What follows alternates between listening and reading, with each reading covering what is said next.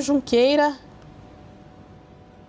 Bom, eu queria aproveitar que a Priscila está lá em Nova York, Juliana, e um prognóstico de ONU. A gente sabe que a ONU perdeu força, praticamente não tem ainda esse tamanho que já teve lá atrás, e a chance de interferência e de alguma sinalização que possa impactar numa resolução desse conflito, assim como de todos os outros grandes conflitos em curso no mundo, é mínima, né? Perto de zero. Mas o que dá para esperar da ONU, da reunião do Conselho de Segurança, das manifestações dos países? O que dá para ter aí de Nova York, especificamente da ONU, Priscila? Caio, pois é, a gente tem essas reuniões que acontecem no Conselho de Segurança da ONU e tem as perspectivas de talvez algum tipo de resolução, mas a gente sabe que as últimas tentativas de chegar a um consenso e chegar a resoluções não foram vitoriosas, justamente porque existem os membros que são permanentes e que têm o poder de veto, né? No caso, a gente está falando aí sobre os países que mais fazem vetos de um lado ou de outro, seriam os Estados Unidos, Rússia e China, né? E isso poderia acontecer também numa tentativa de uma resolução ali com a Rússia, por exemplo,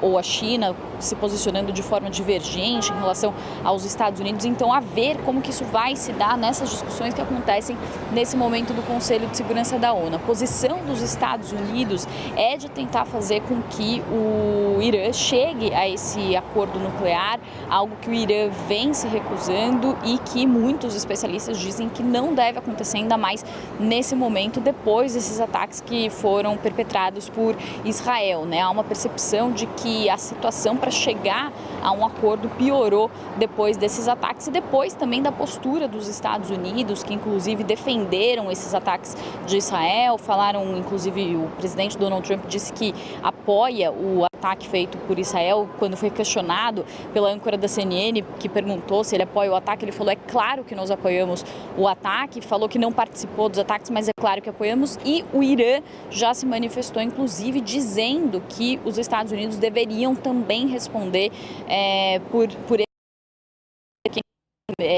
nas palavras das autoridades iranianas, seria impensável que os Estados Unidos não soubessem desses ataques antes deles terem ocorrido. Então, na visão do Irã, os Estados Unidos são parte envolvida nesse ataque, apesar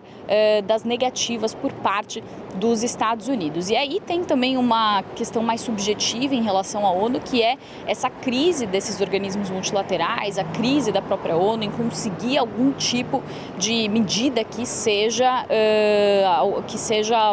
usada na prática ou que traga alguns efeitos concretos. E isso não tem sido possível nem em relação ao conflito no leste europeu, nem entre Rússia e Ucrânia, já que a Rússia tem vetado todos os tipos de resolução, mas também tem havido dificuldades em relação ao Oriente Médio, porque justamente os Estados Unidos têm essa postura de apoio inabalável aos israelenses e, portanto, não permitem algum tipo de solução que preveja, por exemplo,